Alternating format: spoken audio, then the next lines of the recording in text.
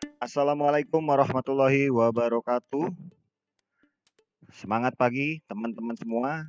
Kali ini tim workshop pemadam akan membagikan materi paparan tentang teori api dan alat pemadam api ringan. Selamat menyimak, semoga materi ini bisa bermanfaat untuk teman-teman semua.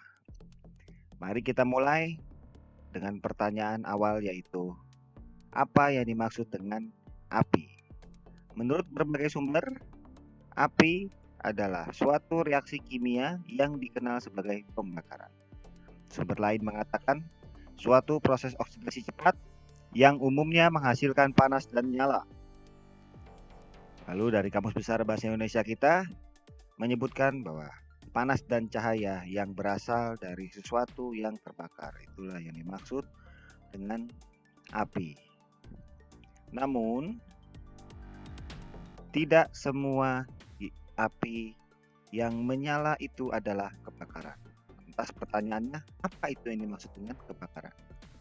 Kebakaran adalah api yang tidak dikehendaki dan tidak terkendali, yang menyebabkan kerugian.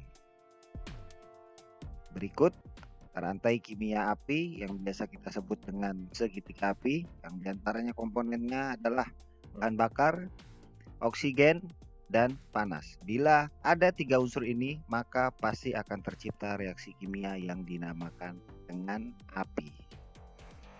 Setelah menyala,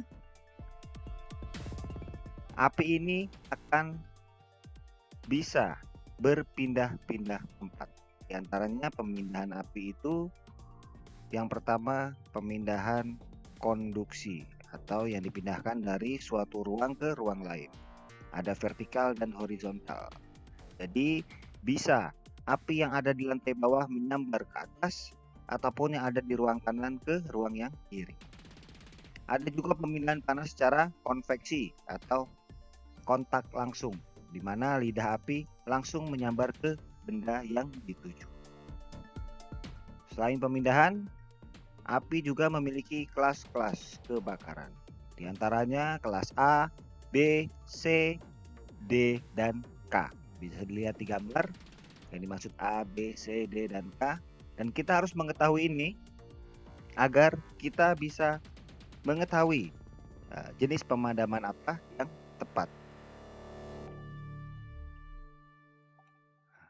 Di antara metode pemadaman di antara lain adalah dengan cara pertama mengurangi temperatur, bisa juga memindahkan bahan bakar ke lokasi lain, mengeluarkan oksigen, atau langsung menghambat reaksi rantai kimia atau penjalaran. Lalu selanjutnya, setelah metode pemadaman, kita harus mengenal alat untuk memadamkannya atau biasa kita kenal dengan alat pemadam api ringan, APAR. Yaitu suatu alat pemadam kebakaran yang dapat dijinjing atau dibawa, dioperasikan oleh satu orang, berdiri sendiri, mempunyai berat antara 0,5 sampai 16 kg dan digunakan pada api awal. Ingat, api awal. Jadi, bila api sudah membesar, APAR tidak akan bisa efektif lagi. Secanggih apapun alatnya, maka kita harus lakukan dengan cepat agar api awal bisa langsung teratasi. Lalu maksud dan tujuan kita mengetahui tentang api dan alat pemadamannya antara lain adalah bisa dilihat. Oke, kita lanjutkan ke bagian selanjutnya, yaitu jenis-jenis media pemadam. Secara garis besarnya ada media basah dan media kering. Kita akan bedah satu persatu. Yang pertama adalah APAR jenis air.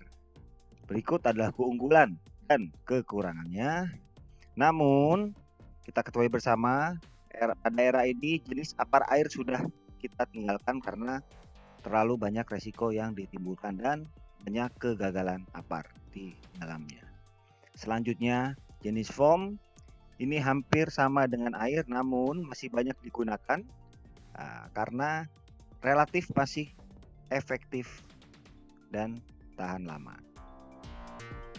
Lalu APAR jenis powder, menurut kelas kebakarannya dibagi menjadi 3, yaitu jenis reguler, multipurpose, dan special dry powder. Jadi tidak semua dry chemical powder itu sama. Menurut kelas kebakarannya dibagi 3. Selanjutnya CO2.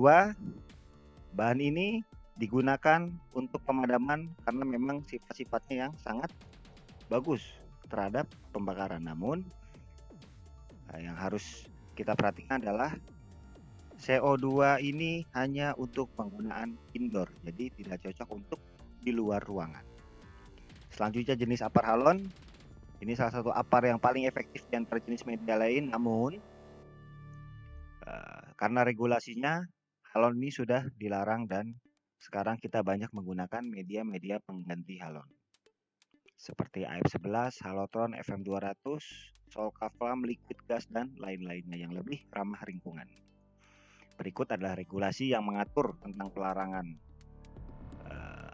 halon, yang diantaranya karena merusak lapisan ozon dan berdampak buruk terhadap lingkungan dan manusia. Selanjutnya, pemasangan dan penempatan apar.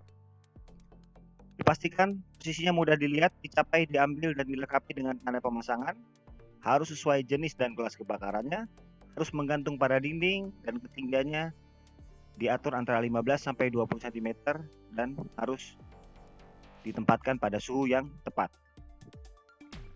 Berikut contoh gambar penempelan apar untuk di dinding ataupun di tiang yang umumnya di basement tetap harus ada tanda pemasangan.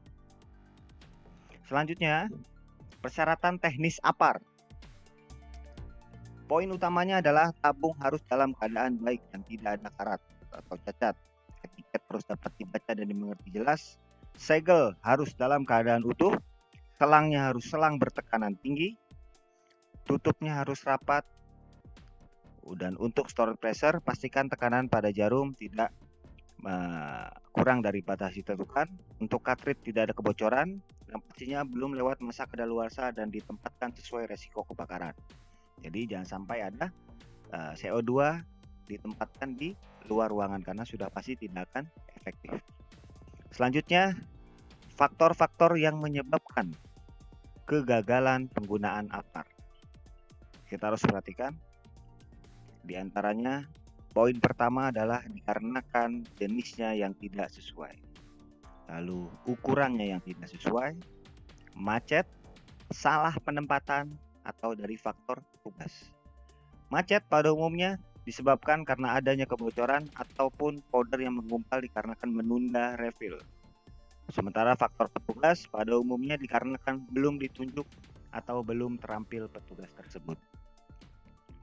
Berikut sistem kerja apar, namun kita akan bahas poin 1 dan 2 yang umum digunakan, yaitu storage pressure dan gas cartridge. Yang pertama, tipe cartridge. Tipe cartridge pada dasarnya adalah tekanannya ada di dalam cartridge. Jadi ciri fisiknya adalah tidak terdapat manometer di tabungnya karena tekanannya ada di dalam cartridge. Sementara untuk tipe storage pressure, tekanan langsung dimasukkan ke dalam tabung dan ciri fisiknya adalah terdapat jarum penunjuk tekanan di luar tabung. Jadi lebih mudah dalam pengecekannya. Kita bisa mengetahui apar ini tekanannya drop atau masih baik. Selanjutnya, cara menggunakan apar. Pastikan selalu berpedoman pada istilah PAS, yaitu pull, aim, squish, and sweep. Kita bahas satu persatu. Apa itu PASS? Yang pertama adalah pull atau kepanjangan dari pull the pin. Tarik pin pengaman dan pada saat menarik biarkan handle yang atas bebas. Jangan ditekan terlebih dahulu. Tinggal ditarik, kita aim nozzle atau arahkan corong ke sumber api. Genggam, arahkan ke sumber api.